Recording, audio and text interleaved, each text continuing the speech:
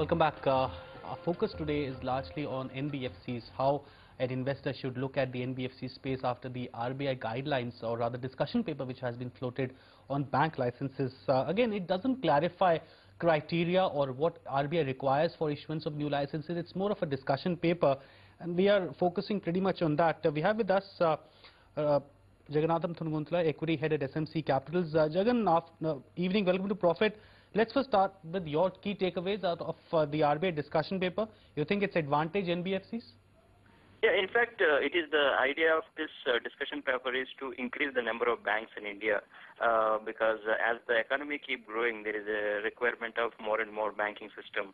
However, the RBI doesn't want to increase the size of the bank. They want to increase the number of the banks. For example, if you see, we have seen in the 2008 in US economy how when the size of the bank has increased to a level that any damage to any of the banks can cause the entire economic problem. So they want to increase the banking system by increasing the number of banks. That's why this entire discussion paper came into the existence.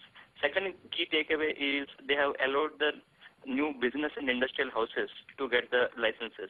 This is a clear departure from the erstwhile policy mindset of not letting the industrial and business houses to have the banking license. However, they want to have a very strict due diligence and very tough capital requirements. That is a different thing. But at least they have permitted the industrial and business houses to come. And as far as the capital requirements are concerned, discussion paper has debated levels of 300 crores less and about 500 crores and 1,000 crores. They have discussed three levels of capital requirements. If they keep 1,000 crore plus, then only the very serious players will remain in the fray. And if it is 300 crore plus, then many people will come into the game.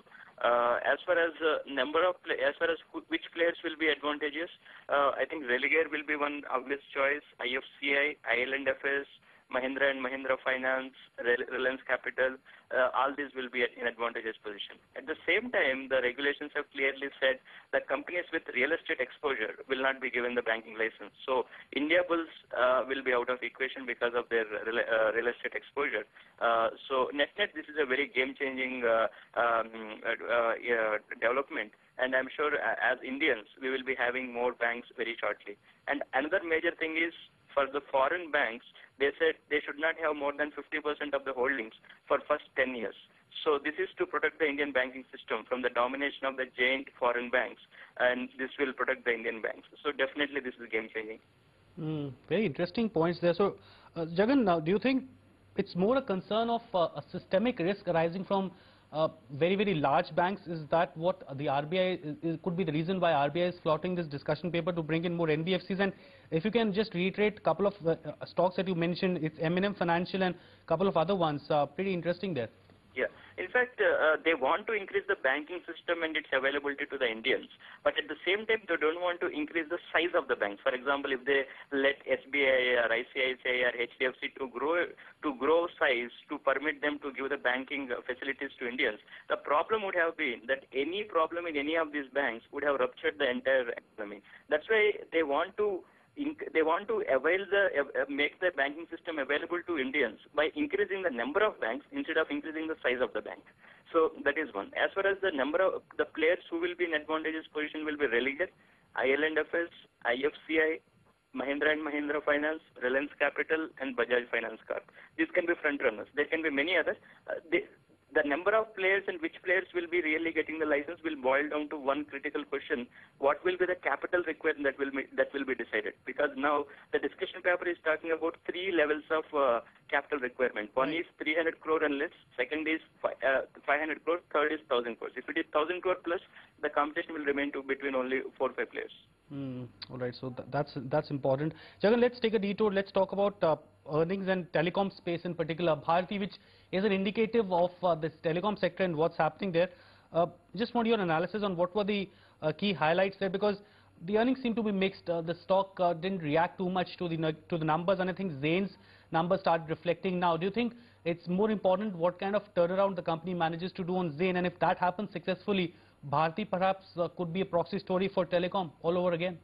Yeah, this quarter results featuring two things. One is the clear-cut understanding and the clear-cut acknowledgement of the increasing pressure on the margins of the telecom sector. And secondly, and most importantly, the loan that they have taken to finance the Jain transaction is showing up on the EPS dilution, which will happen for 2-3 quarters more at least. So these two factors have immediately shown up on their numbers. I think the pain of the telecom sector is not ended. I think at least 6 to 8 months more they have to bear this pain, and then I'm sure 5-6 players may get wound up, or 5-6 players may be taken over by others. But after all this happens, I'm sure Bharti will come very, very strongly. If somebody invests, then I'm sure we are talking about a multi-bagger. Jagan, Bharti aside, telecom aside, what are your top picks sectorally, if you can, and stock specific, all the better? Yeah, two things. One is after this banking license aspect came, the banking and financial services play became a little interesting, because the new banking license is almost a guaranteed profit-making opportunity for the players. Plus, this will, because we have seen with Yes Bank, which is the last bank to get the banking license in India, within just 5 years, we have seen the kind of wealth creation they could be able to do. So there is no reason why not any of these new players who are going to get the banking license should be able to perform the similar thing. Of course, I agree today what has come is only discussion paper. It will take time before this to become the regulations and to start appearing that impact on the performance and the P&Ls of the companies. But nevertheless, whoever is going to get the license, it is simply put, RBI will be distributing gold to them in the form of license. And secondly, as far as other players are concerned, I think I think even some automobile sector is also looking slightly interesting. After yesterday, we have seen the Tata Motors numbers, the kind of stellar performance, and the Jaguar Land Rover, which has been their curse, has suddenly become their boon.